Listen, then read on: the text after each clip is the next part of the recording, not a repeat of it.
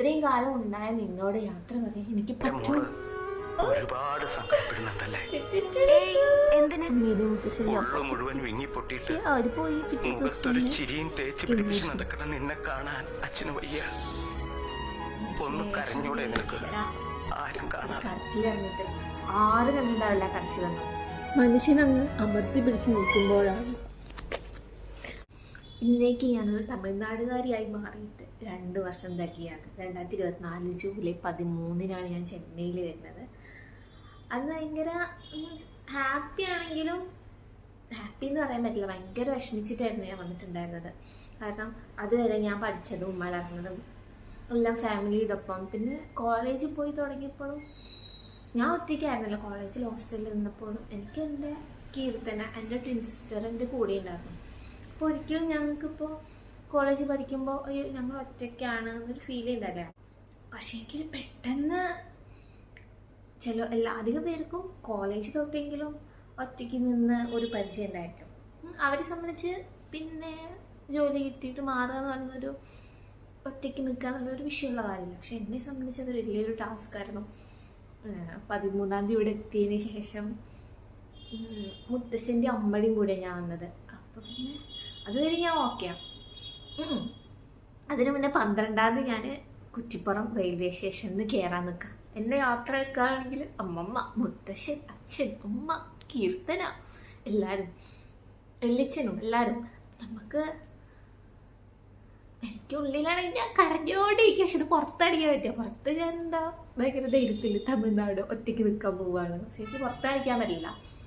ഞാൻ എല്ലാം ഉള്ളിലൊതുക്കിക്കൊണ്ട് ഞാനങ്ങനെ ഞങ്ങൾ 3 കൂടെ കീർത്തന വന്നില്ല ഭാഗ്യത്തിൽ, അല്ലെങ്കിൽ പോകുമ്പോൾ പിന്നെയും പ്രശ്നമായേനെ.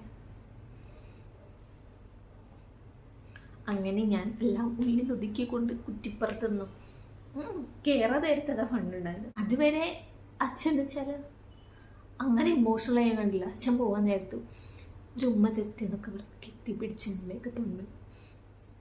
മനുഷ്യൻ്റെ കൺട്രോൾ പോകാൻ ധാരാളമായില്ലേ. എന്നാലും ആരും കാണാതെ ഞാൻ സങ്കടം ഉള്ളിലൊതുക്കിക്കൊണ്ട് കുറ്റിപ്പുറത്ത് നിന്ന് കയറി.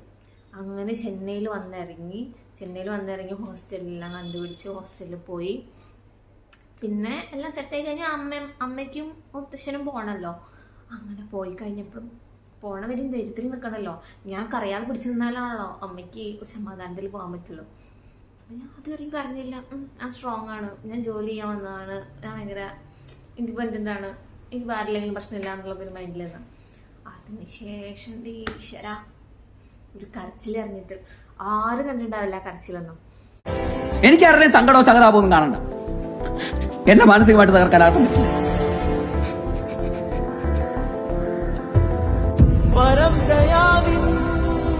പെരും ഖജാന തുറന്നിടുന്നോ മറൈതതുള്ളോ സാരം പകർന്നുകൊള്ളേ.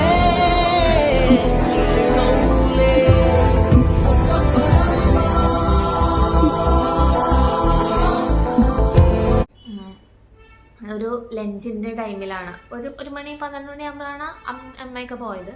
അപ്പോൾ എനിക്ക് ഫുഡ് ഹോസ്റ്റലിൽ നിന്നായിരുന്നു വന്നത്. അതാണെങ്കിൽ തമിഴ്നാട്ടിൽ വന്നിട്ട് ആദ്യമായിട്ട് തമിഴ്നാട്ടിലെ ഫുഡ് കഴിക്കാം.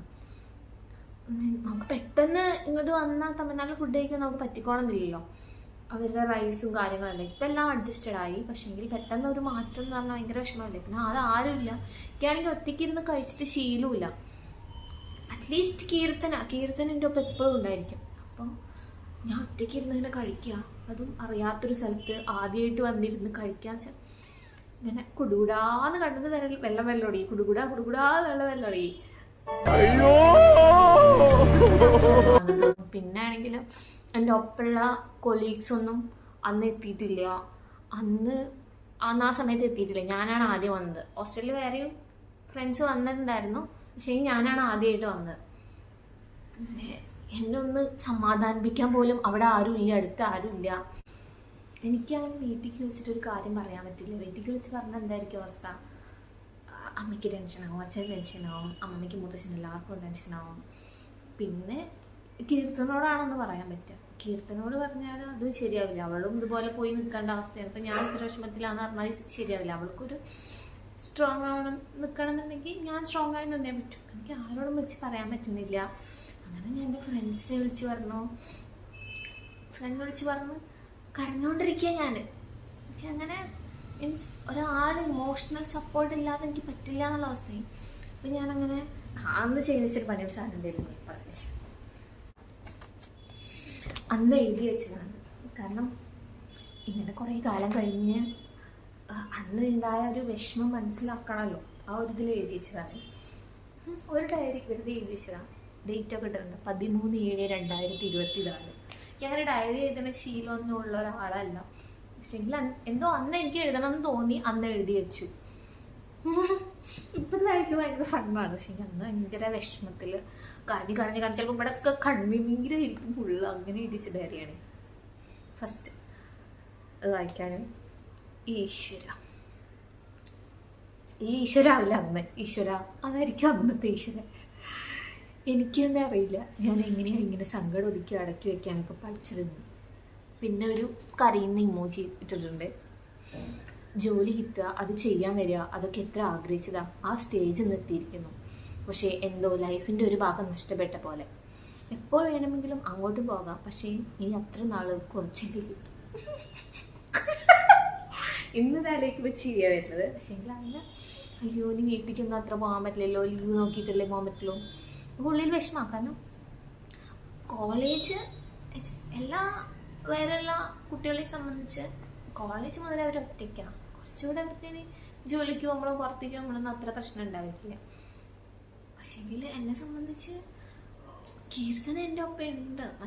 എൻ്റെ ടിം സിസ്റ്റർ എപ്പോഴും എൻ്റെ കൂടെ ഉണ്ട്. അപ്പോൾ എൻ്റെ ഫാമിലിയിലുള്ള ഒരാളാണ് എൻ്റെ കൂടെ ഉള്ളത്. അപ്പം എനിക്കൊരു ടെൻഷനും കാര്യങ്ങളോ ഒന്നുമില്ല. ഞങ്ങൾക്ക് കോളേജിൽ നിൽക്കുന്ന സമയത്ത് ഞങ്ങൾ ഭയങ്കര കൂളായിരുന്നു. പക്ഷേ അങ്ങനെ ഒരാൾ അതാണ് പെട്ടെന്ന് നമ്മൾ ഒറ്റയ്ക്കായി മാറിയ പോലെ ഒരവസ്ഥ നമുക്ക് വരാം. അറിയില്ല അന്ന് എത്ര വിഷമം ഉണ്ടായിരുന്നു എന്ന് എനിക്ക് ആലോചിക്കാൻ പോലും വയ്യ. അങ്ങനെ വിഷമം ഉണ്ടായിരുന്നു. നിന്ന് ഇതൊക്കെ വായിക്കും ചിലപ്പോൾ ചിരിയായിരിക്കും വരിക. പക്ഷെ അന്ന് ഭയങ്കര വിഷമത്തിൽ വരിക.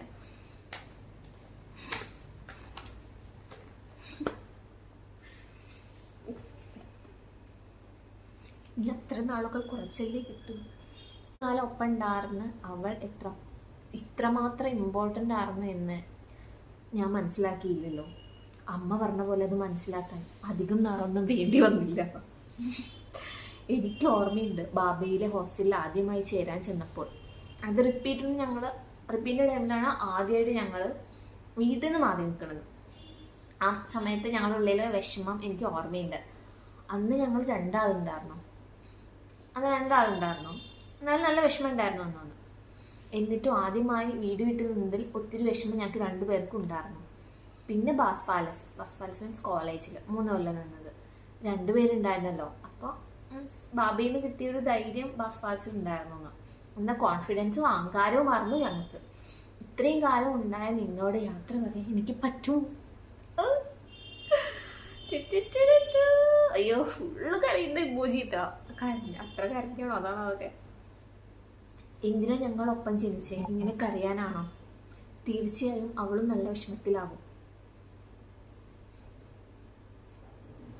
എന്നാലും വിഷമമില്ലാത്ത പോലെ നന്നായി അഭിനയിക്കുന്നുണ്ട് ഞങ്ങൾ രണ്ടാളും നല്ല വിഷമമില്ലാത്ത പോലെ അഭിനയിക്കുന്നുണ്ട്.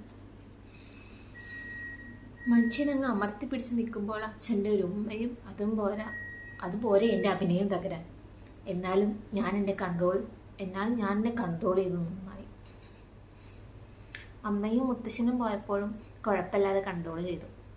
പിന്നെ വന്ന് ഫുഡ് കഴിക്കുമ്പോഴത്തെ കരച്ചിലോ ട്രെയിനിലെ കരച്ചിൽ 2 days ഒക്കെ കാണും. പിന്നെ ഓക്കെ ആയാൽ മതി.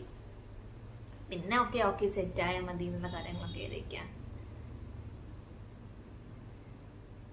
ഇനി കരയില്ല തിരിച്ചത് ഒരു പേജുള്ളൂ. അങ്ങനെ ഞാൻ ഡയറി എഴുതുന്ന ഒരാളൊന്നല്ല. എന്തോ എനിക്ക് എഴുതാൻ തോന്നി എഴുതി. അപ്പം പറയായിരുന്നു എപ്പോഴും കൂടെയുള്ളവരെ കാണാനുള്ള കണ്ണ് ദൈവം നമുക്ക് തന്നിട്ടില്ല. അകന്ന് ദൂരെ എത്തുമ്പോഴാണ് നമ്മളവരെ കാണുന്നത്. നമുക്ക് അവരെത്ര വലുതായിരുന്നു, എന്തുമാത്രം ആശ്വാസമായിരുന്നു എന്നൊക്കെ അപ്പോഴാണ് നമ്മൾ. ഈ 2 കൊല്ലം കഴിഞ്ഞ് നോക്കുമ്പോൾ ഇപ്പം എനിക്ക് ഭയങ്കര കംഫർട്ട് സ്പേസ് ആണ് ഇവിടെ. ഫസ്റ്റ് ഞാനോട് മിണ്ടാതെ എനിക്കറിയുന്ന ഒരു ഫ്രണ്ട് ഉണ്ട്, ആ ഫ്രണ്ടിനോട് മാത്രമേ ഞാൻ മിണ്ടുള്ളായിരുന്നു. പിന്നെ നമ്മൾ മലയാളി ഗ്യാങ്ങിനോടെല്ലാം മിണ്ടൽ തുടങ്ങി. അങ്ങനെ എല്ലാവരോടും നമ്മൾ മിണ്ടാൻ തുടങ്ങി. പക്ഷേങ്കിൽ അങ്ങനെ എനിക്ക് നല്ല കൊളീഗ്സിനെ കിട്ടി, നല്ല ഫ്രണ്ട്സിനെ കിട്ടി. അങ്ങനെ നമ്മൾ സൂപ്പറായി ഇപ്പോഴും എല്ലാവരും അടിപൊളിയായി പോകുന്നു.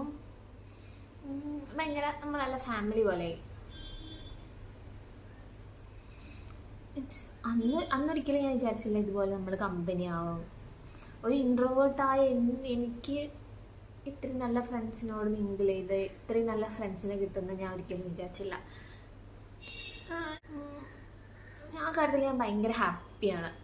മേ ബി ഈ 2 കൊല്ലം ബോറടിക്കാതെ ഇങ്ങനെ ചിലവരെല്ലാം കോർപ്പറേറ്റ് ലൈഫ് ഭയങ്കര ബോറ് അങ്ങനെയെല്ലാം പറയുന്നുണ്ടെങ്കിലും എൻ്റെ ലൈഫിൽ ചിലപ്പോൾ ബോറടിക്കാതിരിക്കാൻ കാരണക്കാരൻ എൻ്റെ ഫ്രണ്ട്സ് തന്നെയായിരുന്നു. നമ്മളൊരു വീടൊക്കെ എടുത്ത് നമ്മളെ വീട് പോലെ പോവുക. അപ്പം എന്തോ നമ്മളെ വീട് പോലെ നാട്ടിലെ പോലെ ഇവിടെ ഒരു കംഫർട്ട് സ്പേസ് ഉണ്ടാക്കി. അതുകൊണ്ടായിരിക്കും ഇപ്പോൾ വലിയ കുഴപ്പമൊന്നുമില്ല. നമ്മളെ ചെന്നൈ നമ്മളങ്ങനെ ഇഷ്ടപ്പെട്ടു തുടങ്ങി ഈ 2 വർഷത്തിൽ.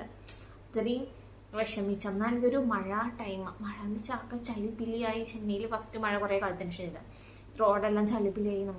നമ്മൾ കേരളത്തിൽ നിന്നൊക്കെ കുറച്ച് ഡീസൻ്റായി മഴയൊക്കെ ആസ്വദിച്ച് വന്ന് നമ്മൾ പെട്ടെന്ന് ചെന്നൈയിലെത്തിയിട്ട് ഇങ്ങനെ ചളിപ്പുളി കൂടെ നടക്കുക. എന്തൊക്കെയോ പിന്നെ ആ വെയിൽ എന്തൊക്കെയൊക്കെയോ. ചെന്നൈ നമുക്ക് ആദ്യം ഭയങ്കര ഒരിതായിരുന്നു, ജോലി ഉണ്ട് അതുകൊണ്ട് ഇവിടെ നിൽക്കണമല്ലോ ചെന്നൈയിൽ എന്നൊരു ഇതായിരുന്നു. നമുക്കിപ്പോൾ എന്തോ ഇഷ്ടമായി. അങ്ങനെ 2 കൊല്ലം കഴിഞ്ഞു എനിക്ക്. അങ്ങനെ ഭയങ്കര ഞാൻ ഈ ഒരു ഡേറ്റ് എന്ന് വെച്ചാൽ അങ്ങനെ ഓർത്ത് ഇരിക്കുന്നൊരു ഡേറ്റാണ്. അപ്പം എനിക്ക് എന്തോ വീഡിയോ ചെയ്യണമെന്ന് തോന്നി.